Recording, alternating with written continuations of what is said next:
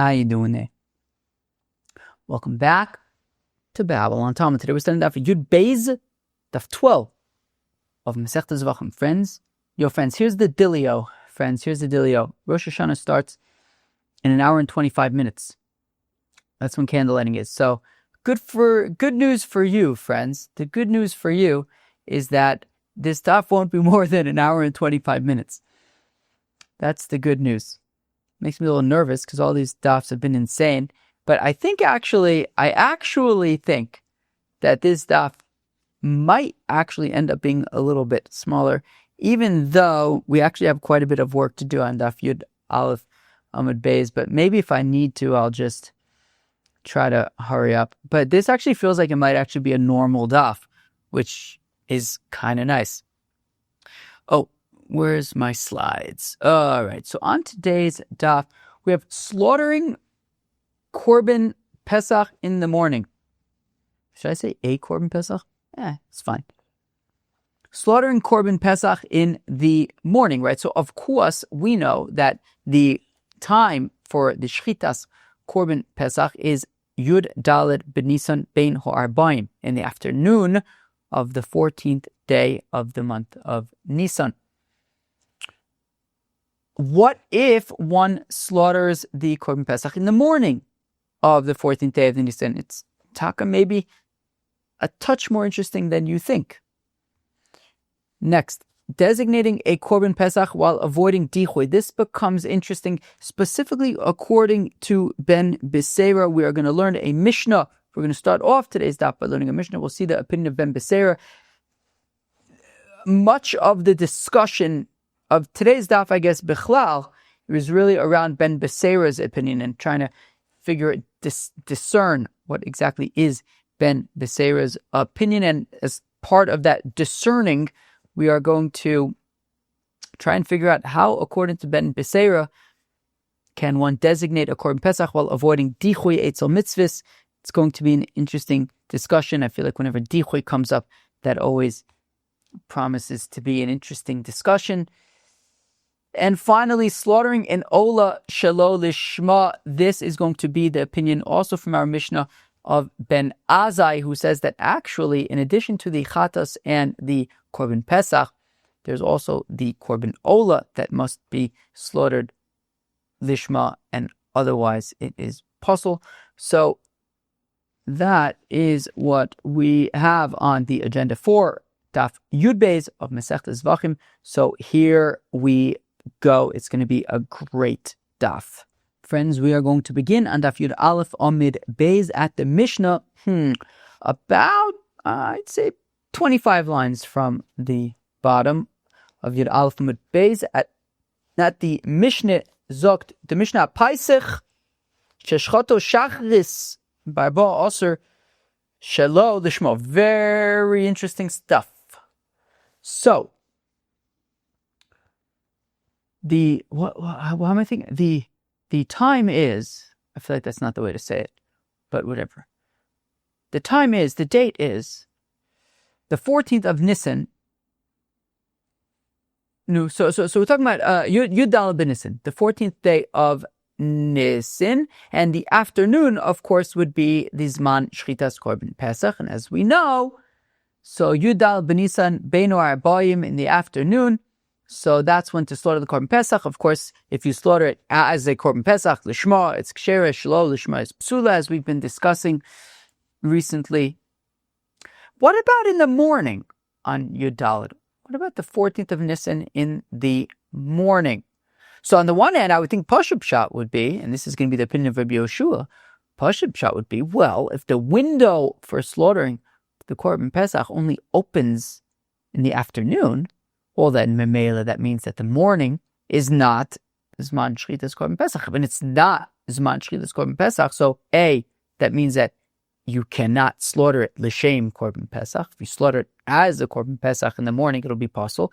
And also, it means that if you slaughter it as a shlamim, let's say, it should be kosher. If it's not, as we know, Korbin Pesach the rest of the year, as long as it's slaughtered for anything other than a Korbin Pesach, it'll be kosher. So if the window isn't yet open, if we're talking about the morning of Yud Daled, Well, then, if Korban Pesach is slaughtered as, let's say, a shlom, it should be kosher, right? So that's the opinion of Rabbi Yoshua. So let's read it again. So a Korban Pesach slaughtered on the 14th of Nisan in the morning, shelo lishmo, not l'shem Korban Pesach, Rabbi Yoshua machshir. Yoshua says it's kosher. Ki'ilu nishchat b'shlosha aser. No difference between if the Korban Pesach is slaughtered on the 14th of Nisan in the morning or on the 13th or the 12th or the 11th or any other time, right? It's outside of the window, and therefore, because it was slaughtered shelo lishmo, it's kosher. Ben Beseira posel, whereas Ben Beseira says posel. Now, this is the more interesting opinion. Ben Beseira says it's posel, ki'ilu nishchat ben arbaim, as if it was slaughtered in the afternoon when the window is open during the time to actually slaughter the Korban Pesach. And the Gemara is going to be discussing, that's really going to be a discussion for a lot of today's daf about how exactly do we understand the opinion of Ben Beseira, right? Ben Beseira is saying that a Korban Pesach slaughtered on the 14th of Nisan in the morning, shelo lishma, is posel, as if it was slaughtered in the afternoon. How exactly is Ben Beseira relating to the window for Shritas Korban Pesach? Very interesting. Omar Shimon ben Azai says, Ben Azai, Mikubal Oni, Mipishim Vishnaim Zokin, I have received from 72 elders. Interesting that Zokin is written singular. The Gemara is going to pick up on that.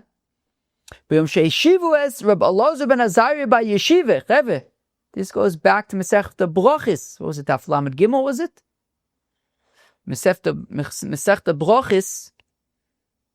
The day that Rabbi Gamliel was deposed, is that the right word? From the base Amedrish, the whole story with Rabbi Yoshua. And then they replaced Rabbi Gamliel with Rabbi Elazar ben Azariah. In the end, they ended up having some kind of sharing thing. But on that day, when Rabbi Gamliel was deposed and Rabbi Elazar ben Azariah was elected the replacement, now listen to this, Chaver. You ready? Shekol azvachim hane'echolim. That's an important word. Shenizbechu shelo lishman, that are slaughtered shelo lishman ksherin. They are kosher, just that they don't fulfill the obligation of the owners. Except for the Korban Pesach and the Korban Chatas. Very, very interesting opinion there, because it seems extremely similar to our Mishnah, but there's one key difference, and that's the ne'echolin thing, right? So says Ben Azai that he heard from Shibim Vishnayim Zokin on the day that Rabbi Elazar ben Azariah was elected to be Rosh Yeshiva, that he heard from them. So our Mishnah had said that all the korbanis that are slaughtered shelo lishma are ksherin. The two exceptions are chatas and korban pesach.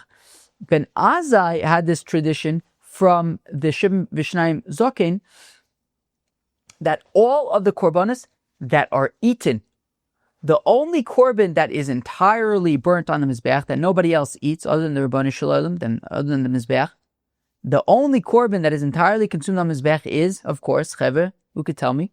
The korban olah. The korban olah. So therefore, says Ben Azai, that actually the tradition is that all of the korbanos that are eaten, that are slaughtered shelo lishma ksherin, except for chatas and korban pesach. Which means that we're not talking about the korban olah. We're talking about the korbanos that are eaten. Korban olah is the only exception. Korban olah is not eaten. So we're not talking about the korban olah. So this whole idea of these korbanos that are slaughtered shelo lishma are nonetheless ksherin, that's only within sort of the scope of korbanos that are eaten, i.e. that we're talking about every korban except for the korban olah. We're talking about the other korbanos. So we're saying within all the other 7 types of korbanos, if they are slaughtered shelo lishma, they are ksherin, except for chatas and korban pesach. But in terms of olah, guess what? We're not talking about that. You know what the halacha is by olah? Like the chatas and like the korban pesach, it is also posel shelo lishma. So I'm going to read that again. Shimon ben Azai says, Shimon ben Azai, Mikubal Ani mipi Shimon v'shnayim zokein, I have received from 72 elders, B'yom she'yishivu es Rab Elazar ben Azariah b'yeshiva, the day that Rab Elazar ben Azariah was elected to be Rosh Yeshiva instead of Rab Gamliel, Shekol azvachim ha'ne'echolim shenizbechu shelo lishmah, all of the eaten korbanos that are slaughtered shelo lishmah ksherin ela shelo all the violent mishum chova chutz min pesach min chatas, except for the korban pesach and the chatas.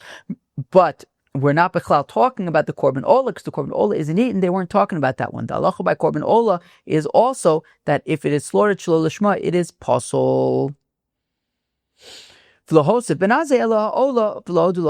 So the only difference between Ben Azai and the Tanakama of our Mishnah, of the first Mishnah, the only difference is the korban olah, right? The first Mishnah, the Tanakama of the first Mishnah says that of all the korbanos, the only korbanos that would be posel shelo lishma is chatos and korban pesach. Effectively, Ben Azai adds to that list the korban olah. But the Chachamim, of course, did not agree with Ben Azai. They said the only two exceptions are the korban pesach and the korban chatos. Okay. Givaldi. Says the Gemara, Amr Balazar, Amr Bushai, Machshir Oyo ben Beseira be Pesach sheshchoto shachris barbo oser lishmo dechule yom azmanehu. Wow. Hey, did you hear that? Massive chiddush right there. Says Rabbi Elazar Meboshaya that according to Ben Beseira, you can actually slaughter the korban pesach all day on the 14th of Nisan. Big chiddush. Big chiddush. We, of course, always assumed that when's the time shchitas korban pesach? We learn Masechta Pesachim. You slaughter the korban pesach on Yudalid in the afternoon. Ben Beseira is saying that you can actually slaughter the korban pesach all day on the 14th of Nisan. And therefore, if you slaughter the korban pesach in the morning of the 14th of Nisan, the shem korban pesach, it's kosher. And that also explains why he says in the Mishnah that if you slaughter the korban pesach on the morning of the 14th of Nisan, shelo l'shem korban pesach, it's possible, because the zman shchitas korban pesach is actually the whole day on the 14th of Nisan. So let's read that again. Amar Balazar Amar Boshaya, Machshir Oyo ben Beseira bePesach sheshchoto shachris barbo oser. Ben Beseira would be machshir, would say it's kosher if a korban pesach was slaughtered on the 14th of Nisan in the morning, lishmo, as a korban pesach tichule yoma zimnei hu, because according to Ben Beseira, the entire day of the 14th of Nisan is actually the zman shchitas korban pesach. Umay keilu.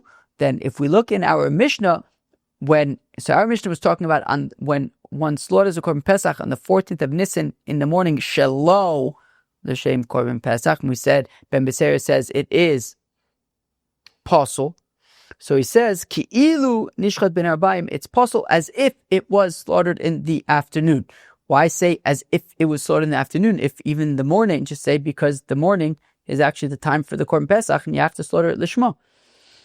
So I did the Amr Rabbi Yoshua ki'ilu. Well, because since Rabbi Yoshua, who says that the zman shchitas korban pesach is in the afternoon, and therefore Rabbi Yoshua says that if one slaughters a korban pesach in the morning, shelo l'shem korban pesach, it's kosher ki'ilu. You had slaughtered it the previous day on the 13th. So because Rabbi Yeshua had said ki'ilu, so for consistency, Ben Beseira also said ki'ilu, but the fact of the matter is it's not a ki'ilu, it's not an as-if situation, it's an actual situation that Ben Beseira in our Mishnah says that slaughtering a korban pesach in the morning on the 14th of Nisan is possible because it's actually the zman shchitas korban pesach, so you have to slaughter it lishma, not shelo lishma. So I did the Amr Rabbi Yeshua ki'ilu, Amr iu nami ki'ilu. Well, so the reason why Ben Beseira says Ki'ilu is because since Rabbi Yeshua says Ki'ilu, so for consistency, he also says Ki'ilu, but the fact of the matter is the entire 14th of Nisan is the time to slaughter the Korban Pesach. If that's the case, so fact Gemara, if that's the case, why is the Mishnah arguing about shelo lishmo? Let's actually argue about lishmo. That's an interesting argument. Comes the 14th of Nisan in the morning, a person slaughters a Korban Pesach as a Korban Pesach. Ben Beseira says kosher. Now that's an interesting argument. Why not? Why doesn't the Mishnah talk about that? If legu lishmo, because the reason is that if they were to argue in the case of lishmo, well then what would happen in the case of shelo lishmo? Maybe there, Rabbi Yeshua, right? If somebody slaughters a Korban Pesach on the 14th of Nisan in the morning. So in our Mishnah, Rabbi Yeshua had said, right, so in the morning, shelo l'shem korban pesach. So in our Mishnah, Rabbi Yeshua had said kosher as if he slaughters it on the 13th. But if the Mishnah would not have been explicit about shelo lishmo, so if the Mishnah would have been talking about slaughtering the korban pesach on the 14th of Nisan in the morning, lishmo, and Ben Beseira says kosher, Rabbi Yeshua says posel. What about if he slaughters it shelo lishmo? Maybe in that case, Rabbi Yeshua would actually say posel, right? We had said Rabbi Yeshua says kosher since it's not yet the morning is not yet the window for Korban Pesach. But if we wouldn't have the Mishnah tell us that, maybe Rabbi Yeshua would say shelo lishmo in the morning is actually posel since that afternoon already, right? That day, the 14th, that day in the afternoon is already going to be kosher. So then maybe Rabbi Yeshua would say slaughtering the Korban Pesach in the morning, shelo lishmo would actually be posel. It would be different than if you slaughtered it on the 13th. The day before. I may have thought in the scenario of slaughtering the Korban Pesach in the morning on the 14th, shelo lishmo, Modi Rabbi Yeshua Ben Beseira, maybe I would have thought that Rabbi Yeshua would agree with Ben Beseira that it's posel shelo lishmo in the morning. Hoel umikzaso roi, since part of the day, right, the afternoon, according to Rabbi Yeshua, is already fit to offer the Korban Pesach, so maybe you can't slaughter the Korban Pesach shelo lishmo in the morning, kamash malon. Therefore, we have our Mishnah, which is talking about slaughtering the Korban Pesach in the morning of Yudal ben Nisan, shelo lishmo, and we see that Rabbi Yeshua actually says kosher since the window is not yet open for slaughtering Korban Pesach. Since according to Rabbi Yeshua, you have to slaughter the Korban Pesach in the afternoon. Now, okay, now that that's settled, that got a little bit confusing, the back and forth, posel, kosher, morning, afternoon, windows, non-windows, but okay, Beseder. Now we're going to be essentially analyzing the question of like, wait a second, how could Ben Beseira actually say that the whole day of Yud Dalet Ben Nisan is kosher for slaughtering the Korban Pesach? That's a massive chiddush. The pasuk itself says Bein Arabayim, right? What does the pasuk say? The pasuk says, I'm reading the pasuk. We're not yet there in the Gemara, but I'm just reading the pasuk anyways. You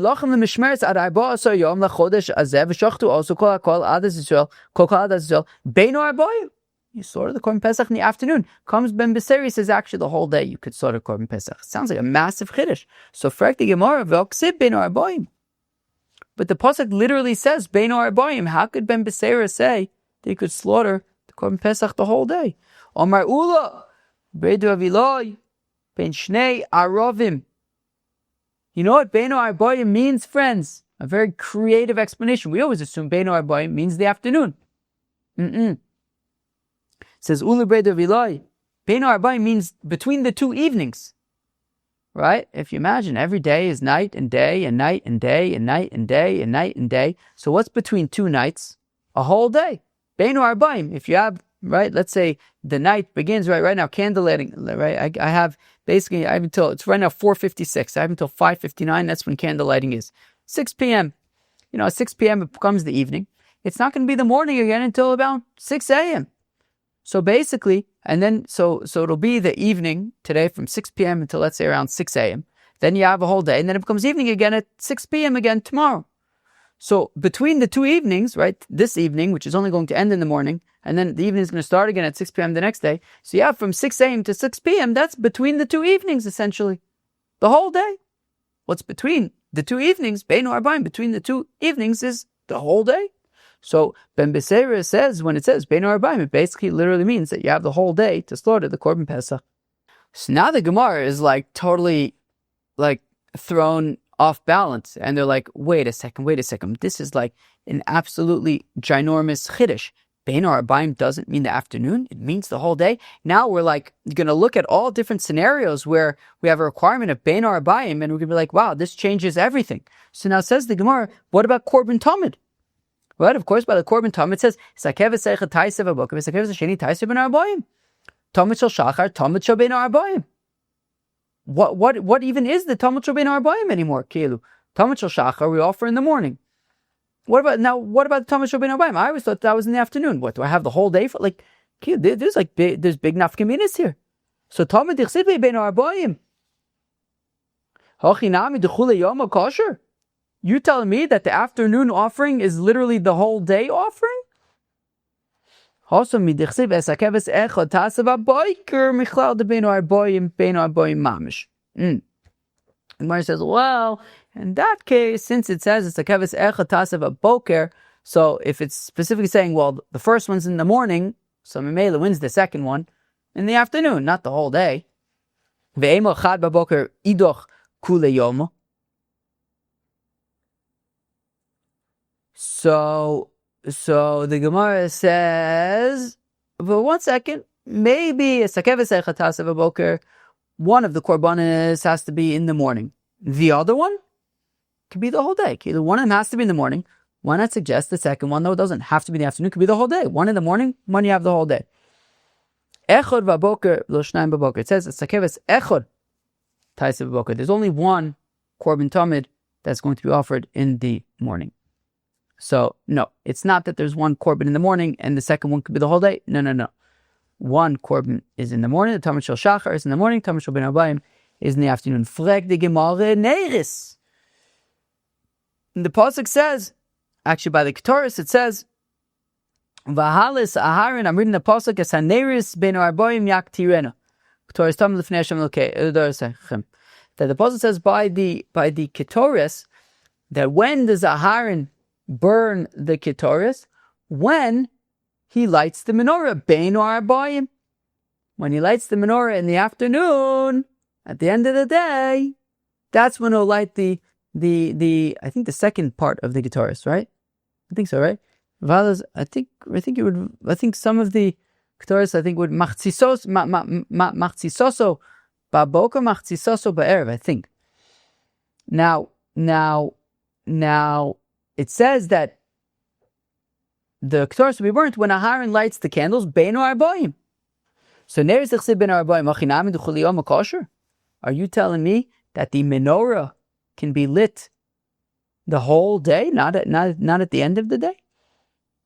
Shiny awesome, it's different by the menorah, Dichsib Me Erev Ad Boker, because the pasuk says by the menorah that it will be lit from the evening until the morning, which means Vitani we learn the Brisa me'erev ad boker tein lo midasash tidolekes v'leches me'erev ad boker, that it should be burning from the evening until the morning. So basically by the menorah, it can't be that it's the whole day, because the Dafka says me'erev ad boker, from the evening until the morning. It's being lit all night from the evening until the morning, not the whole day. Alternatively, encha avoda ksheira me'erev ve'ad boker ella zo bil vad. Any of the avodas that have to be done during the day, right? Rashi says, the bottom Rashi of the page, me'avodos she'en amuras bayom. The avodas that have to be done dafka during the day, k'gon avodas sadam v'kmatzot v'kvitos she'ksher me'ad lokas neres ve'elach shezo me'ucheres t'chulan. Wait, what? Ein lucha avoda. Right, exactly. That meaning any of the daytime avodas have to be chaptarind. You have to get them done before the menorah is lit. I.e., the menorah is happening last. So it can't be that the menorah is being lit all day, because you have these other avodas that you're doing during the day, and the menorah is only going to be lit after any of the avodas that you're doing during the day, i.e., at the end of the day. right. So Rashi says at the end of it, that lighting of the menorah is going to happen after all of the avodas that have to be done over the course of throughout the course of the day in the Beis Hamikdash. So again, the menorah can't be done all day; it has to be done at the end of the day. So again, so what are we doing over here? What we're doing is Ben Beseira has this massive chiddush that Ben Arbaim actually literally means all day, and we're now like engaging with these mitzvahs that are done dafka ben arbaim. We were talking about the Talmud shel ben arbaim. We're talking about the menorah. These are things that are done ben arbaim, and we said, well, in each unique one, right? No, nonetheless, the Talmud shel ben arbaim still has to be done in the afternoon. The menorah is still going to be lit in the afternoon for technical reasons. K'taris, moving on. What about Kitaris, right? As the pasuk says, "Dichsiv bein arbaim," but it says that when Aharon lights the menorah, you'll also burn the incense. Is it possible that the incense, it says bein arbaim, could be burnt all day? Can you say you could burn the incense all day? Shani Kitaris is given by Kitaris the iskish leneris. Well, it says by the Kitaris that, right? The pasuk says, I'm reading the pasuk, "V'halas Aharon es haneris bein arbaim." That you'll burn the Ketoris when Aharon will burn the Ketoris when he lights the candles. And therefore, since we said the candles is happening at night, so Memele, the Ketoris that's happening at the same time, Toch Kedei, or what's the word I'm thinking of? Boz Manit, at the same time, so then that will also be at night. So, wow, this is a really interesting sugya, right? So we're reimagining what Bein Arbaim could possibly mean. And then we're going back into all these other halacha mitzvahs that have to be ben arbaim. We're saying maybe they could be the whole day, and it happens to be that in each case we were able to stave off the whole day implementation by saying, well, in this unique case, it has to be in the afternoon for whatever reason. Okay. So all things that we thought milichatchila were in the afternoon are still specifically going to be in the afternoon. We haven't managed to find anything else that will actually be all day, just the korbin pesach. But hasum namiksiv. But by the korbin pesach as well, it says, sham tizbach es a pesach ba'erev. By the korbin pesach, it also says that you will offer the korbin pesach ba'erev, in the evening. So how can it be that the korbin pesach is all day? It says ba'erev by korbin pesach. That is coming to teach about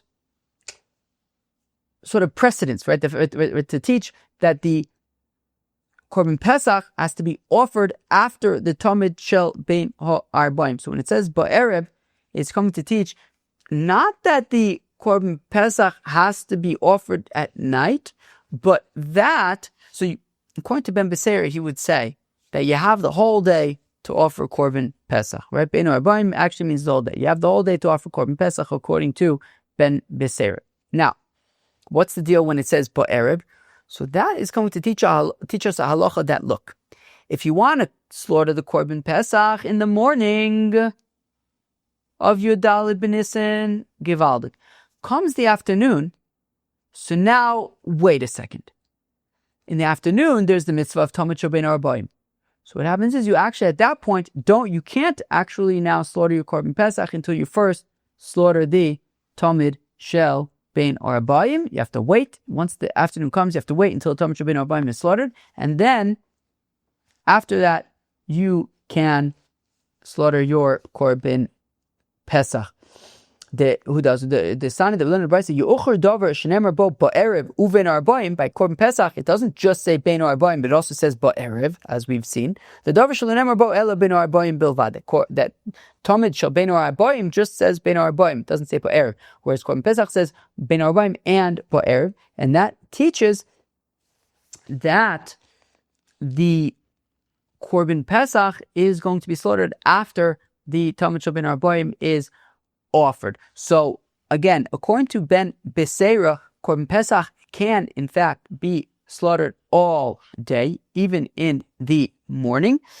When it says ben arbaim and it says ba'erev, what that's teaching is, if you want to slaughter the Korban Pesach in the morning, givald. Comes the afternoon, you actually have to wait and make sure that the Korban Talmud Shel Beinu Arbaim has already been offered.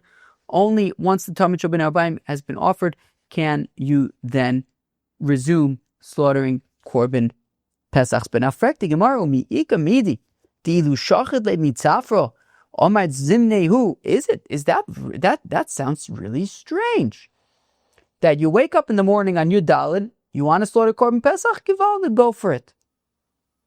The whole morning is Zman Korban Pesach. You're slaughtering the Korban Pesach 6 in the morning, 7 in the morning, 8 in the morning, 9, 10, 11, whatever. All of a sudden comes 1 in the afternoon. Now it's 1 in the afternoon. And it's like, wait. No. You can't order. You stop. You can't slaughter the Korban Pesach. Why not? What do you mean? Everyone's been slaughtering the Pesach already. 1 million people have slaughtered the Korban Pesach. Stop. No, you're not allowed to. Why not? You have to wait till the Talmud Shel Beinu Arbaim. It's weird, all morning people are slaughtering Korban Pesach, so all of a sudden it's like, no, you can't slaughter the Korban Pesach. Why? Well, because we have to offer the Korban Talmud Shel Beinu Arbaim. It's weird that all of a sudden comes the afternoon and stop. You can't slaughter the Korban Pesach anymore until after the Talmud Shel Beinu Arbaim. Right? Mi'ika, is there anything that we say that all morning slaughter the Korban Pesach, givaldig? Now comes the afternoon. You say, no, wait, you have to first slaughter the Talmud Shel Beinu Arbaim. You have to wait, hold off on slaughtering the Korban Pesach until after the Talmud Shel Beinu Arbaim has been offered. No problem, that's not a big deal. The Amr Rabbi Yochanan says, the halacha is mispal shel mincha v'achar kach mispal shel musafet.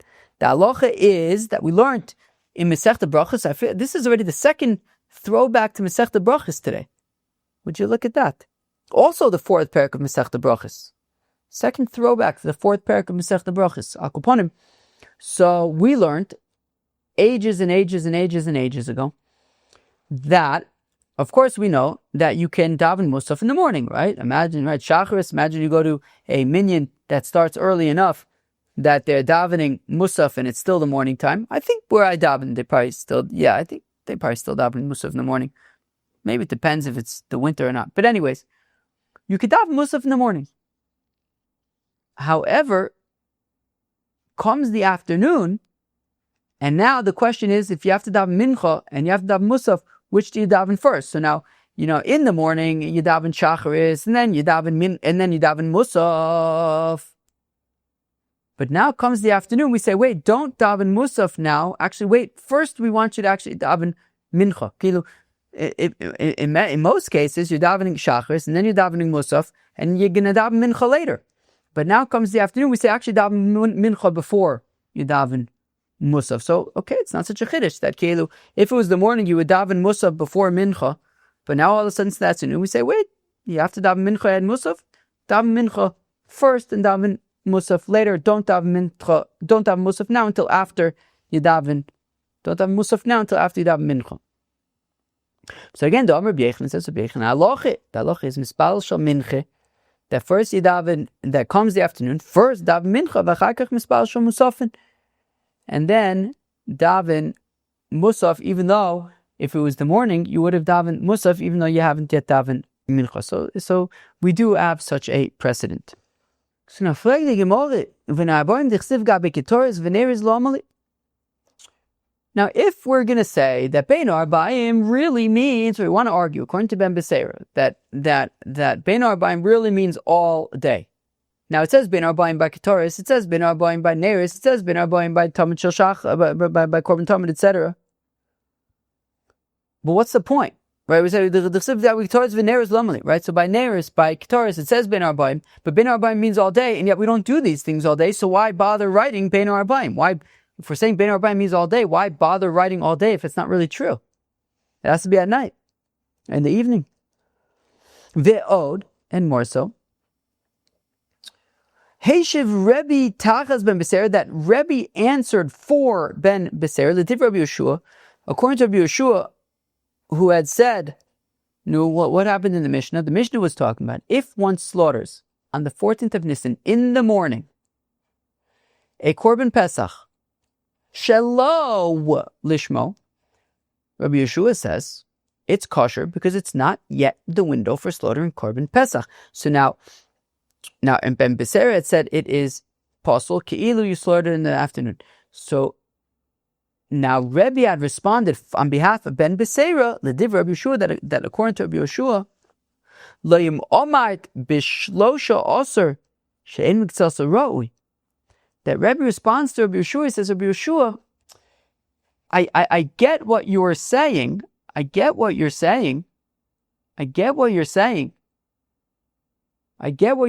That look, the window for Korban Pesach only opens in the afternoon of the 14th, but still, the morning of the 14th is not like the 13th or any other day. It's different because at the end of the day, the 14th is a day that in the afternoon, the window will be open. No other day of the year is that true. And therefore, the morning of the 14th is unique. It's different than the rest of the year. That granted, yes, the window is not yet open in the morning, but it is the day that the window will finally be open, and that makes a difference. So again, Rabbi Yeshua, look, the 14th is different than the 13th because the 13th will not be fit for the Korban Pesach at any point. Tomar Babble also shemiktsasa ra'ui, but the 14th, the afternoon part of the day, will be fit. Now v'im isa kuloi ra'ui hu. There you go, Chevra. Did you hear how important? Did you just see what went down? What went down is that Rebbe was responding on behalf of Ben Beseira, which means that what Rebbe is saying now is reflective of Ben Beseira's opinion. And Rebbe is responding to Rabbi Yeshua as Ben Beseira and saying that, hey, Rabbi Yeshua, the 14th in the morning is different than every other day of the year. Because every other day of the year, you can't slaughter the Korban Pesach at all.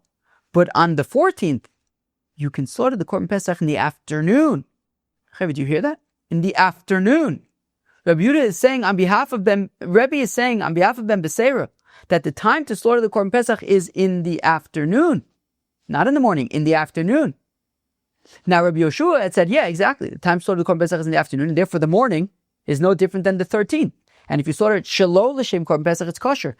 Rebbe is responding on behalf of Ben Beseira that no, slaughtering a Korban Pesach on the 13th in the morning, shelo l'shem Korban Pesach, is possible because even though the morning is not yet time for Shchitas Korban Pesach, but it's the day that the window will be open to finally slaughter the Korban Pesach, and therefore slaughtering a Korban Pesach in the morning of the 14th, shelo l'shem Korban Pesach, is actually possible. So what do we see? We see that Rebbe is representing the opinion of Ben Beseira as the time to slaughter the Korban Pesach is dafka in the afternoon.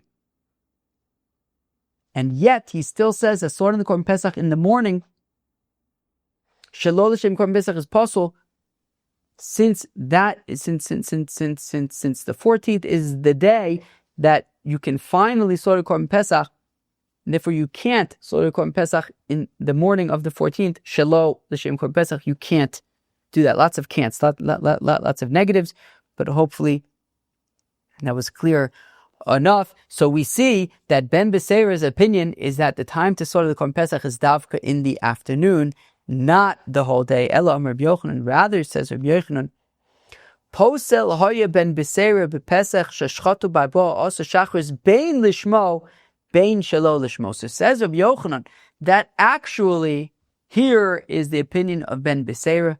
The time to slaughter the Korban Pesach is in the afternoon. Now, in terms of slaughtering the Korban Pesach in the morning, if you slaughter the Korban Pesach in the morning of the 14th, lishmah, possible, because it's not, the window isn't open yet. Shelo lishmah, also possible, says the Gemara, ho'il miktsasa ra'ui, since part of the day is going to be fit to slaughter Korban Pesach in the afternoon.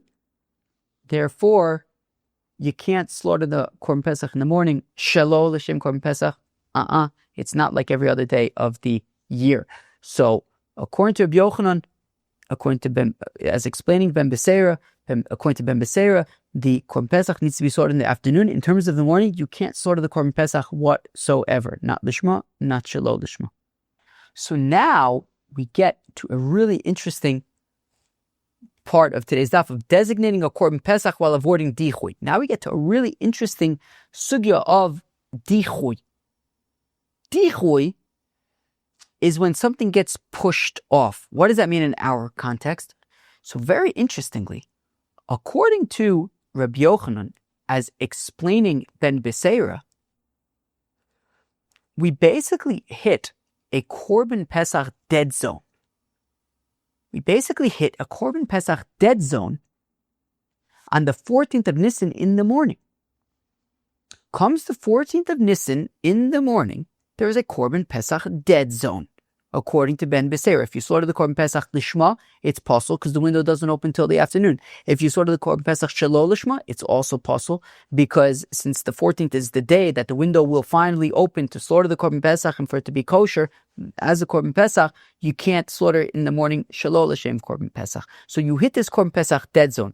And why that's significant is that, well, say you designated this Korban Pesach, let's say the day before, on the 13th. Well, what happens is, comes the 14th in the morning, there's now this Korban Pesach dead zone where this Korban Pesach that you designated can't be offered for anything. Can't be offered shelo lishmah, can't be offered lishmah.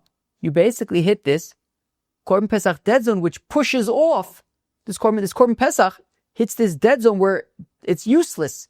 You can't offer it at all for a certain point, and that's what's called nire v'nidche. Shuv eino nire. That when you have in this case, this animal that was fit to be a Korban Pesach, but then it hits this dead zone where it's not fit to be anything. And it can no longer become fit again. Alternatively, even if you designate the Korban Pesach that morning on Yud Daled, it's Dichui me'ikara. That means even from the time that it was set aside in lichatchila already, it was unable to be offered as absolutely any kind of a Korban Pesach, not lishmah, not shelo lishmah. So Rabbi Babble asks that based on the way that Rabbi Yochanan explains Ben Beseira, you hit this Korban Pesach dead zone. You hit this Korban Pesach dead zone, which is going to ruin the designated animal and make it unusable once in the afternoon of Yud Daled as a Korban Pesach because of Dichui. Megadev bo, Rabbi Babble asks on Rabbi Yochanan, in Cain, if what Rabbi Yochanan is saying is correct, that the morning of Yud Daled, nothing can be done in terms of Korban Pesach, not lishmah, not shelo lishmah, in the Yud Daled in the morning. Pesach, kosher l'ben beseira eichi mishkachas lo. How can you have a kosher Pesach, a Korban Pesach, according to Ben Beseira? If you're gonna designate the Korban Pesach on Yud Daled in the morning, it's pushed off milichatchila. From the time that it's designated, it's already immediately useless. At the time that you designate it, you can't offer it as any kind of Korban Pesach, not lishmah, not shelo lishmah. And even if you had designated it previously, for example, on the 13th of Nisan, nire v'nidchehu. Well, at the time that you designated it, sure, you could theoretically offer it on the 13th shelo lishmah, right, as anything other than a Korban Pesach, but comes the 14th in the morning, you hit the dead zone. So rather says Rabbi Babble, so says Rabbi Babble, you could say that, well, according to Ben Beseira, you'd have to designate your Korban Pesach on the 14th of Nisan in the afternoon when it's actually already time to offer the Korban Pesach, at which case it'll be kosher lishmah, and you'll designate it at that point and it will be fit to be offered as a Korban Pesach lishmah in the afternoon of Yud Daled, designated then. Abaye Omer says, Abaye, afilu tema mitzafra. Abaye says you can even designate the Korban Pesach, according to Ben Beseira, in the morning, because ein mechusar zman lebo bayom, since that is the day that you will be offering the Korban Pesach in the afternoon, even though currently you're experiencing a dead zone, it's okay because you're designating it on the day that the Korban Pesach will be offered. in the afternoon. Rav Papa Omer says, Rav Papa afilu tema me urta. Rav Papa says you can actually even designate it according to Ben Beseira the night before, right? So the night between the 13th and the 14th of Nisan, that would also be okay. Laila ein mechusar zman, because designating it that night would not be considered the wrong time. It would still be considered that day that it is going to be offered, and that is fine. The Tani to Rabbi Shmuel, stop by the Bismillah, Rabbi Shmuel. Leo Shmini Nichnos Ladir Leis Aser. This has to do with the halacha that the pasuk says, Shor O Kesev O Eiz Ki Valid. I'm reading the pasuk. We read this on maybe Pesach. Yeah, I think we probably read this on maybe Chol Hamoed Pesach, or maybe even, I think we probably read this like on one of the days of Pesach, maybe. I don't know, maybe Sukkot, maybe on Yom Tov Sukkot, I don't know. Shor Kesev O Eiz Ki Valid V'hoyo Shivas Yomim Tachas Imo Umimashmini V'olah Yiratzu the korbin Ishel Hashem. The pasuk says that when an animal is born, for the first 7 days of its life, it can't yet be offered as a korbin to the Ribono Shel Olam. Once it is 8 days old, it can be offered as a korbin to the Ribono Shel Olam. Now, if a person is setting Meiser Behema, the way that Meiser Behema works, Big Adol, is you take all your animals, right? And let's say you have sheep, you take all your sheep and you pass them by one, and then it's interesting. I'm recording this mamash right before Rosh Hashanah, right? Kivakoras roya edroi mavritzone tachas shivtoi. Kain Yavir v'yimne v'yispor, etc. So you take your sheep and you tachas hashevet under the stick, and you count every 10th one. Every 10th one you're going to offer as a korban. Now, what if you have a sheep that is 7 days old? Would it be included in the Meiser Behema cheshbon? The answer is no. No, you would not include it if it's not, right, if it's less than 8 days old. Once it's 8 days old, then you would include it. What about the night before, right? So what if you have this animal that's between day 7 and day 8, the night between day 7 and day 8? So says the Tani, Dever Bishmal, Leil Shmini, that the night between day 7 and day 8, Nichnos Ladir Lesaser, you can already place the sheep in the pen to be set aside. Look, on the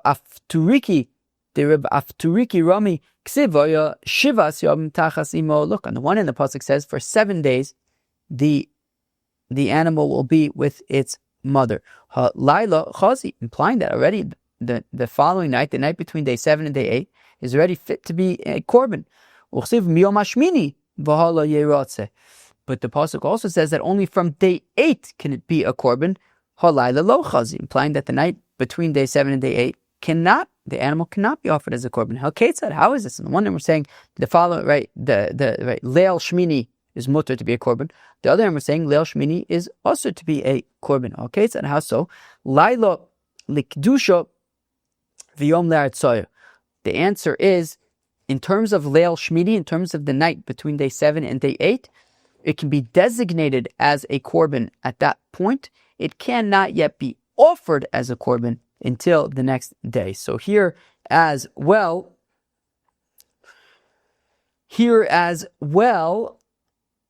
when it comes to Korban Pesach, it says Papa, it could already be designated as a Korban Pesach the night before Yud Dal, the night between Yud Gimel and Yud Daled, and it will be offered the next day in the afternoon. Amalei Reb Zera l'Rab Abo, says Reb Zera to Rab Abo. Lemeksav Reb Yochanan Tzidar Reb Yochanan holds Baile Chaim Nidchin. So let's say that there is a concept that Reb Yochanan would hold of the concept of Dichui by animals, right? We were just talking about how there's this dead zone for the Korban Pesach. Comes the morning of Yudalid, now this animal is going to be Dichui. You're not going to be able to offer it anymore because it hit this dead zone, and now it can no longer be undead zoned, and it can't be offered as a Korban Pesach. Says Rabbi Bo, that's exactly right. Rabbi Yochanan holds that by animals there could be this concept of Dichui. The Amar Rabbi Yochanan, that Rabbi Yochanan says, Behema shel shnei shutfin. If you have an animal that is jointly owned by two partners, Hikdish chetzia, one of the partners, right? Let's say Reuven and Shimon are partners. Reuven was makdish his half of the animal. Let's say it was a cow. Reuven was makdish his half of the cow. So now, when he's makdish half a cow, you can't be makdish half a cow. Right, what is that? Okay, fine. You can't be. The last Rashi on the page, lo nira lahakriv the chetzia isa chulin right v'dachri meikaru. So right when Reuven was makdish half of the animal, you can't offer half an animal, and therefore it's not a valid korbin milichatchila. V'lokach chetzia, and then he purchased the other half from Shimon v'ikdisha and was makdish the second half. So now the net result is that the entire animal has been hektished. However, milichatchila, when he was only makdish half of it, milichatchila was not roi to be a korbin since it was only half hektished at that point, the initial point of hektish. So kedosha ve'ein. So okay, kedosha. So it is holy. You'll treat that right. Meaning, again, I'm like trying to speed up a little bit because Rosh Hashanah is coming. But anyways, I can't speed up, friends. I can't speed up. Anyways, so you have this animal. Reuven was first makdish half of it. When he was makdish half of the animal, so it's not, you can't bring it as a korbin. Then he purchased the other half, was makdish that half. So the net result is that you have an animal that's fully hektished, but at the same time, it can't be offered as a korbin since milichatchila, when it was initially hektished, it was only half hektished. So from the beginning, when it was hektished, it wasn't korbin ready, and therefore it's never going to be korbin ready. So therefore, the kedosha, it's holy. Ve'ena kreva, but you can't offer it. But you can't offer it since milichatchila, when it was half hektished, it got off on the wrong foot, and it's never going to be fixed in that sense. So it's hektish, so you be podet or whatever. V'osa tamura, if you say, hey, I'll bring a different animal instead, well, that replacement animal will also be kaddish, will be a tamura. V'tamurasa kayotzeba. And they'll both be kadosh. V'shmamina tlas, and we learn three things. Shmamina by lechaim nidchin. So one thing that we learn is that by lechaim nidchin, that there's a concept of dichui by animals. And since he initially was only makdish half of the animal, it is no longer going to be able to be offered as a korbin. Shmamina dachui meikar ve'dachui, and we see that dachui milchatchila, right? Initially he was makdish half the animal, so it was pushed off. It was unusable initially. And it will, and that's properly pushed off. It won't be able to be offered as a korbin anymore because of that initial dichui. Mishmamina yesh dichui b'domim. And we also learn that there's a dichui when it comes to domim. Meaning, when Reuven was initially makdish, so okay, normally if you're makdish an animal, right? If you go to an animal and say, I'm going to offer you as a korbin. So that is kedushas haguf. Right, you can't just right. As we know, in order for you to be podet, you would have to get a mumur first. But you can't just say, you know what? Actually, I want to transfer its kedusha onto money. If it's a tamim, tamim.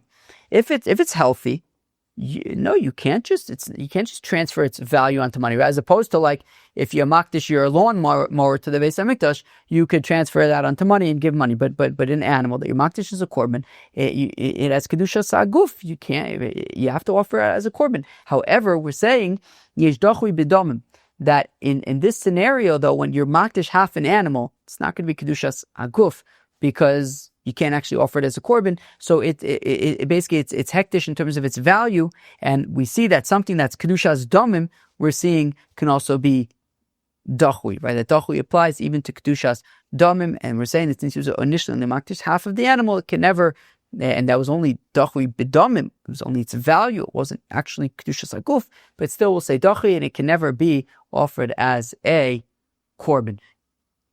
Okay, fine. So that was halacha when it comes to dichui, and in terms of understanding, right, that because we were talking about this dead zone by a korbin pesach, and we see that according to Rav Yochanan, dichui, the concept of dichui can apply even to animals as well, as we saw by the dead zone by offering a korbin pesach. Okay, I got about 20 minutes until Rosh Hashanah. Let's see if we can do an Amud in 20 minutes. Amar Ula says Ula, Amar B'Yechim. Ochal chelev v'ifrish korbin. We've seen this before. We saw this in Sanhedrin, Horius. So ochal chelev, a person ate chelev by accident, v'ifrish korbin. He set aside an animal, and this animal was going to be a korbin chatas. V'heimir das. And then lo aleinu, he went off the derech. V'chazar bo, and then he did tshuva. So the question is, what happens to this animal that he had set aside as a korbin before he went off the derech, and now he's done tshuva? What about that animal? Can he now offer it? You set it aside when he was on the derech, and now he's back on the derech. Can you offer that korbin?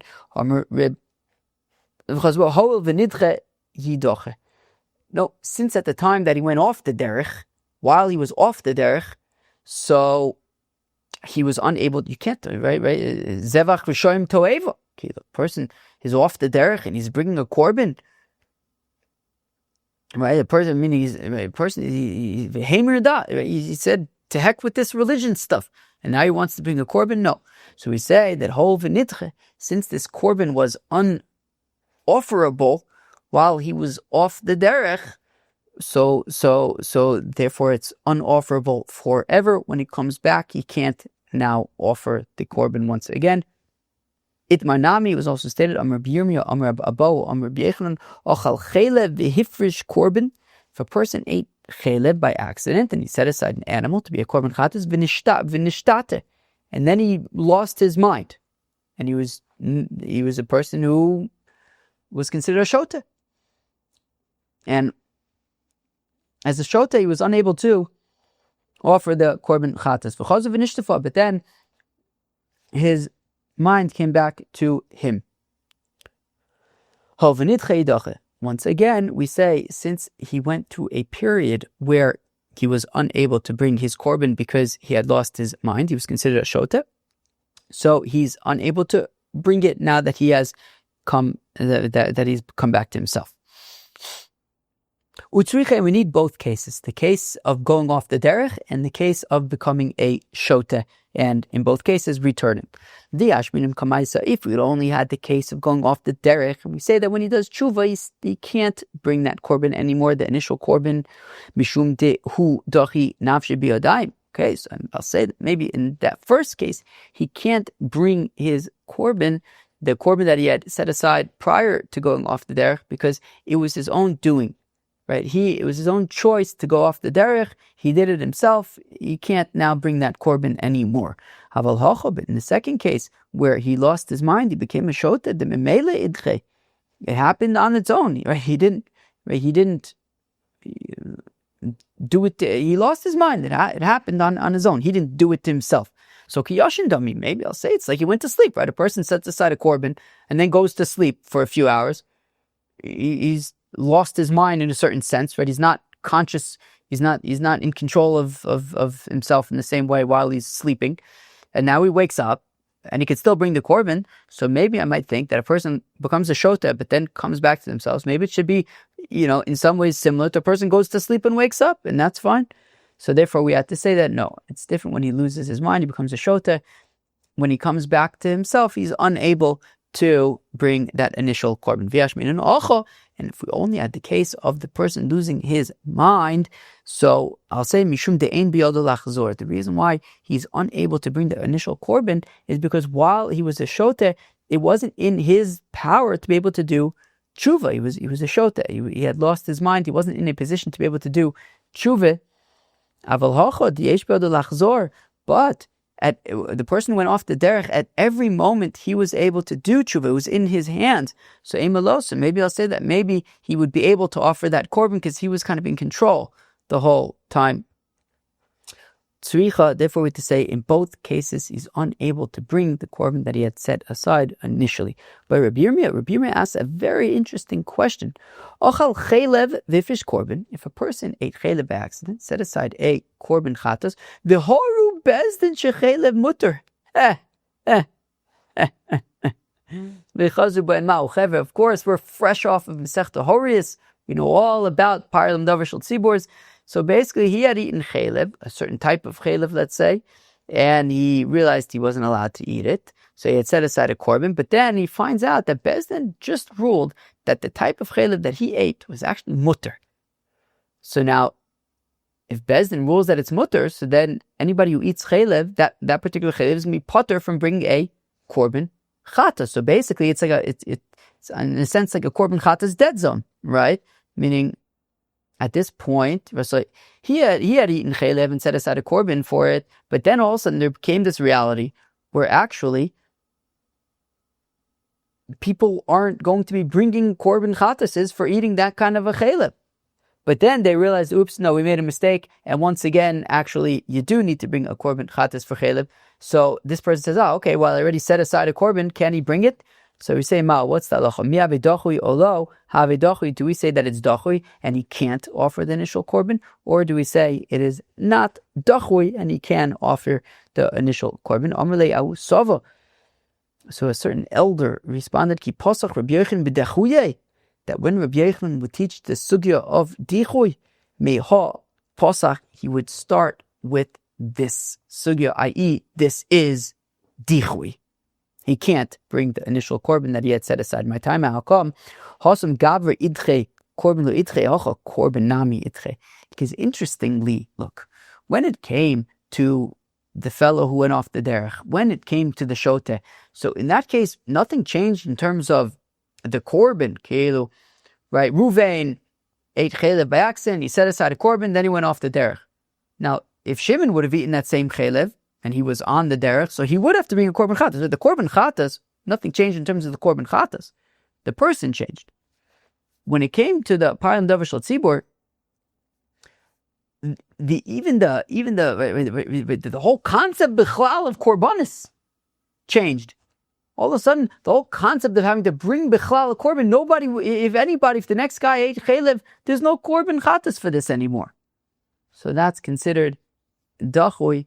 And therefore, even when Bezdin says, oh, you actually do have to bring a korbin for eating this kind of chelev, his korbin has been pushed off when there was this scenario where nobody had to bring korbanis for korbin chatas for this chelev, and he's gonna be unable to bring the initial korbin that he had set aside for himself. Amr Shimon ben Azai Ben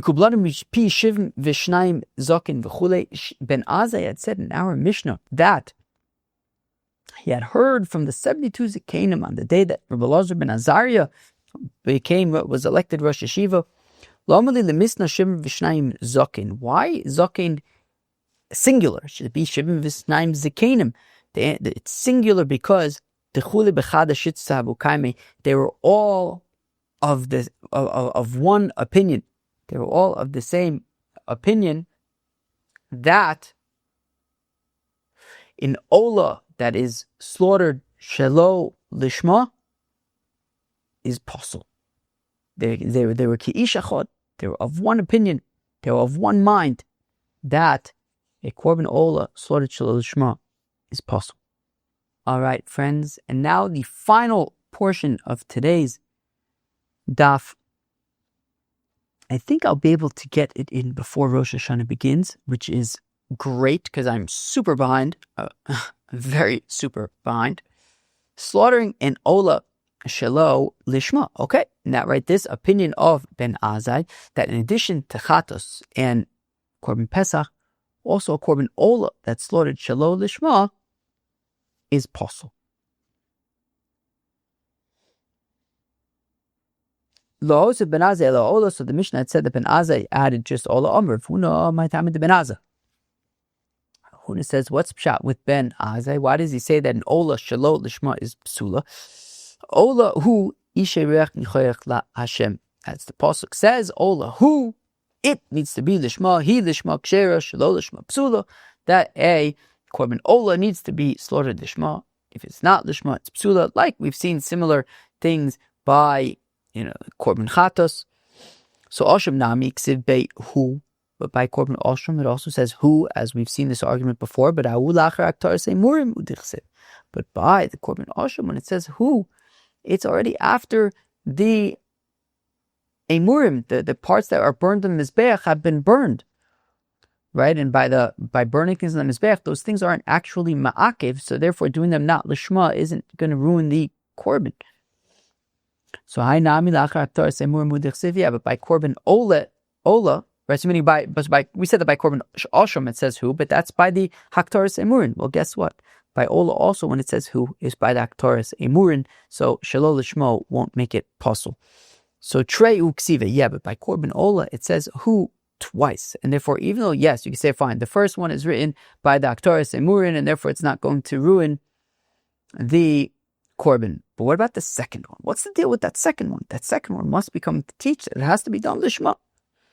Yeah, but the thing is that by Osham it also says two whose, and we don't say that Osham shelo lishma is possible. Rather, Ben Azai learns it out from a kal v'chomer machatos she'eno kolil. Well, listen. Think about a korbin chatas. A korbin chatas isn't entirely burnt on the mizbeach, and yet shachta shelo lishma psula. If you slaughter it shelo lishma, pasul. So it's not such a stringent korban. You don't even have to burn all of it, and yet it's stringent in that shelo lishma. It's pasul. Olah she kolil, korban olah, which is entirely burnt on the mizbeach. Lo kol shekin, certainly shelo lishma should make it pasul. Malachatas shekin mechaperes. Yeah, chatas has kapara. Olah doesn't have kapara. Pesach uchiach. Okay, but let me ask you a question. Korban Pesach doesn't have kapara, and yet shelo lishma is pasul. Mal Pesach shkin zmano kavua. Yeah, but Pesach has a very specific time. You can't just offer Korban Pesach whenever you want, as we know. The specific window that makes Korban Pesach unique and stringent, and therefore it has to be lishma. I can understand why it has to be lishma. Chatas tuchiach. Okay, but chatas you can bring at any time. B'chazor adin. Yeah, but chatas is mechaper. Lo rizek rizev, atzad hashav sheboyen, shein kodshim, v'shochton shelo lishmon pasul. What do the korban chatas and the korban pesach have in common? They are korbanis, and they have to be slaughtered lishma. Shelo lishmon is pasul. Afan yu'avi olah, she kodshim u'shchata shelo lishma psula. So I will also include here in korban olah that it is a korban, and you have to slaughter the shma, otherwise it's possible. But korban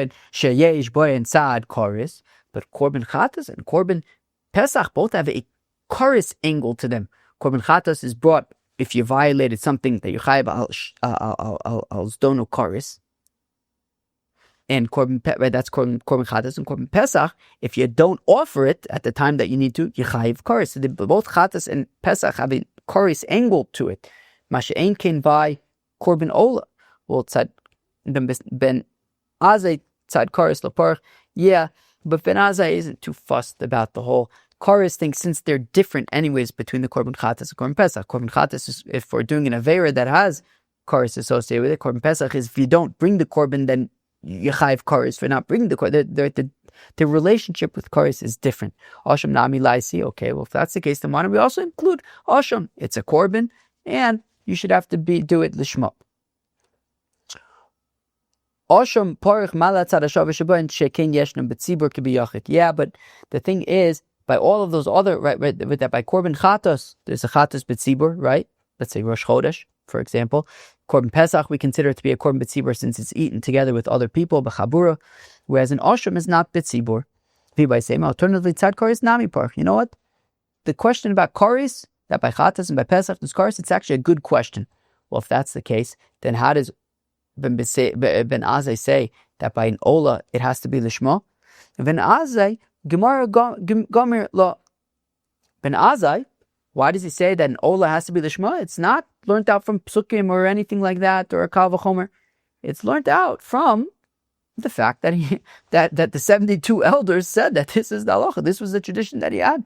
That the halacha is from the 72 elders in the day that Babble ben Azariah was elected to be Rosh Hashiva, that a korban olah shelo lishma is possible. V'Rav Huna kavachomer lo omer ela l'chadid b'tamidav, when Rav Huna was talking about this kal v'chomer about Ben Azai with the chatas, with the olah being entirely burnt in the Mizbeach, etc. That was just to sharpen the minds of the students, because as we know, Kal v'chomer really do sharpen the mind. They really push the brain. So that's what Rav Huna was doing there. However, I think that I got in this daf before. It looks like I got in this daf before Rosh Hashanah, which is great. I don't know how long it was. It says here an hour and 15 minutes. It's probably shorter than that. But sheesh, whatever. Givaldi Chever. That was daf Yud Beis of Masechta Zevachim. On daf Yud Beis of Masechta Zevachim, we learned about slaughtering a korbin pesach in the morning. So comes the 14th of Nisan, and you slaughter the korbin pesach in the morning of the 14th of Nisan. Now, of course, the window for slaughtering the korbin pesach is the afternoon of the 14th of Nisan. It says Rabbi Yeshua, if you're slaughtering it lishmah in the morning, possible. But if it's shelo lishmah, it'll be kosher. It's no different than slaughtering on the 13th or the 12th or any other day of the year. The window isn't yet open. Ben Beseir says lishmah is going to be possible because the window is not yet open. And even shelo lishmah is going to be possible since it's the day to offer the korbin pesach. That makes the 14th of Nisan different than every other day. And slaughtering the korbin pesach, even shelo lishmah in the morning, is going to be possible. We discussed designating a korbin pesach while avoiding Dichui, according to Ben Beseira, right, who says that there's basically a dead zone in the morning of Yud Daled. So how can you designate a korbin pesach while avoiding Dichui? So Babble says in the afternoon, right? If you designate the korbin pesach in the afternoon, when it's already the time to slaughter the korbin pesach, so then it'll be kosher. There's no Dichui then. Abai says even in the morning, since it's the day that you'll be offering the korbin pesach. And Rav Papa says even the night before, because even the night before is considered the day that you'll be slaughtering the korbin pesach. And he brought a raya from the 8th day of an animal, being able to already designate it for Meiser Behema. And finally, slaughtering an olah, shelo, lishmah. That was the opinion of Ben Azai. Ben Azai says slaughtering an olah, shelo, lishmah is possible, and he learned that from the 72 elders on the day that Rav Elazar ben Azariah was elected to be the head of the academy at Yavne. Chevre, that was Daf Yud Beis of Masechta Zevachim. I hope you enjoyed. Cheerio.